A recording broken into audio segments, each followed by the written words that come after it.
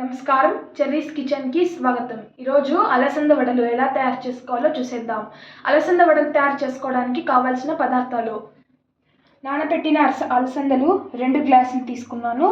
వీటిని నీట్గా కడిగేసి 3 అవర్స్ వరకు నానబెట్టాను. మళ్ళీ స్ట్రైనర్లోకి వేసి నీళ్ళన్నీ తీసేసాను.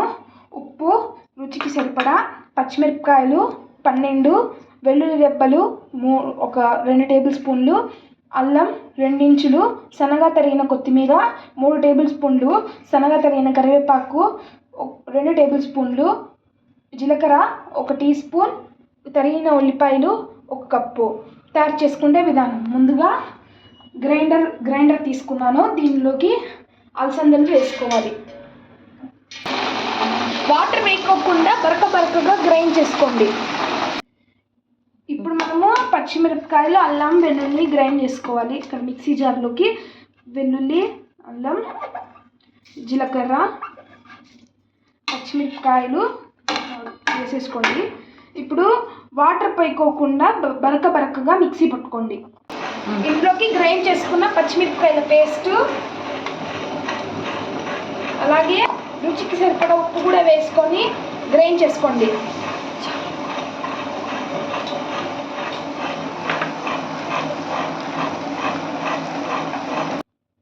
కొంచెం సోడా పౌడర్ కూడా వేసుకొని గ్రైండ్ చేసుకోండి.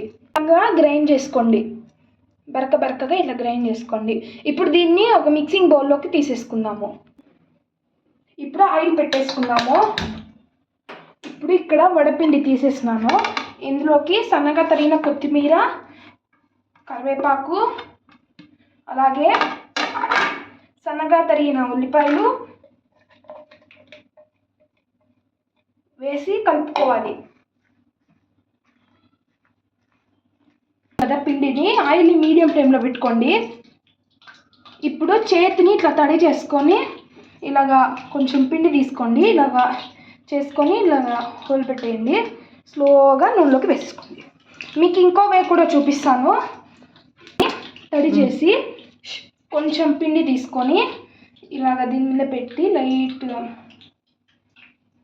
ఇలా దీని మీద పెట్టేసి హోల్ అనేసి ఇట్లాగా నూనెలో కూడా వేసేసుకోవచ్చు. ఇలా కూడా వచ్చేస్తుంది ఈజీగానే.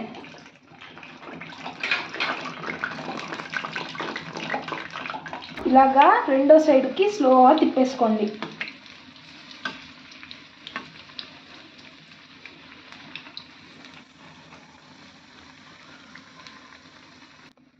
ఇలాగా గోల్డెన్ కలర్ వచ్చేంత వరకు ఫ్రై చేసుకొని ఇంకా తీసేసుకొని స్ట్రైనర్లోకి వేసుకోండి.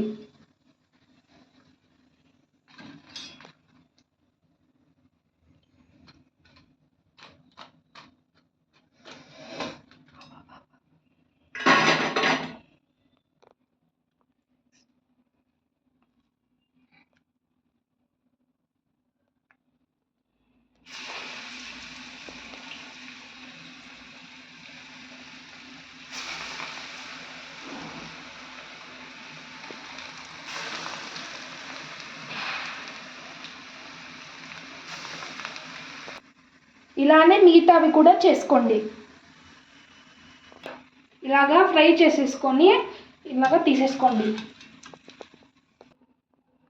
అంతే, అలసంద వడలు రెడీ. చూడండి ఎంత బాగా వచ్చాయో, క్రిస్పీగా ఉన్నాయి కదా. ఆయిల్ కూడా చాలా తక్కువగా పీల్చుకుంది. ఒకవేళ ఈ ఛానల్ నచ్చితే మీరు లైక్ చేయండి, షేర్ చేయండి, సబ్స్క్రైబ్ కూడా చేయడం మర్చిపోకండి. Thank you.